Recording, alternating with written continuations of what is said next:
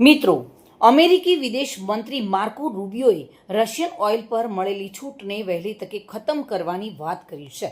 આ નિર્ણયની બીજા ઘણા દેશોમાં અને ખાસ કરીને ભારતમાં પણ અસર જોવા મળી શકે છે. અમેરિકાના વિદેશ મંત્રી માર્કો રૂબિયોએ કહ્યું છે કે અમેરિકા રશિયન ઓઇલ પર આપવામાં આવેલી છૂટને વહેલી તકે ખતમ કરશે. તેમણે કહ્યું કે આ મામલે નિર્ણય યુએસ ટ્રેઝરી ડિપાર્ટમેન્ટે લેવાનો છે. રૂબિયોએ કહ્યું કે છૂટ ચાલુ રાખવી ગ્લોબલ એનર્જી ટ્રેડની વર્તમાન પરિસ્થિતિઓ અને અમેરિકાની વ્યાપક નીતિગત બાબતો પર નિર્ભર કરે છે. આ રૂબિયોના નિવેદનને પહેલા જ ઊંચા ઓઇલના ભાવ વચ્ચે ચિંતા વધુ વધારી દીધી છે. જો રશિયન ઓઇલ પર છૂટ બંધ થાય તો તેની અસર ભારત પર પણ જોવા મળી શકે છે.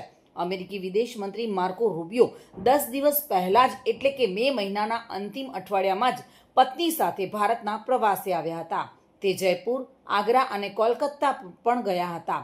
દિલ્હીમાં વિદેશ મંત્રી એસ જયશંકર અને વડાપ્રધાન નરેન્દ્ર મોદી સાથે મીટિંગ કરી હતી અને તેમ છતાં રૂબિયોએ અમેરિકા પહોંચીને પોત પ્રકાશ્યું છે.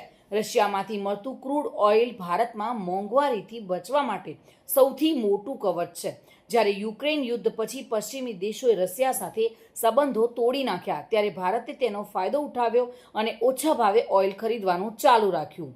ભારતે ખરીદી વધારી દીધી અને રશિયાએ પણ ડિસ્કાઉન્ટ આપ્યું. રશિયાના ઓઇલની અર્થવ્યવસ્થા એટલી આકર્ષક હતી કે તેણે અવગણી શકાય તેમ નહોતું. રશિયન ક્રૂડ ઓઇલ સસ્તું હતું, માલસામાનના પરિવહનના માર્ગો વ્યવસ્થાપન યોગ્ય હતા, રિફાઇનર કંપનીઓને સારો નફો થયો હતો. પરંતુ હવે અમેરિકી વિદેશ મંત્રી માર્કો રૂબિયોએ ચેતવણી આપી છે કે રશિયા પાસેથી ઓઇલ ખરીદવા પર પ્રતિબંધ મૂકીશું.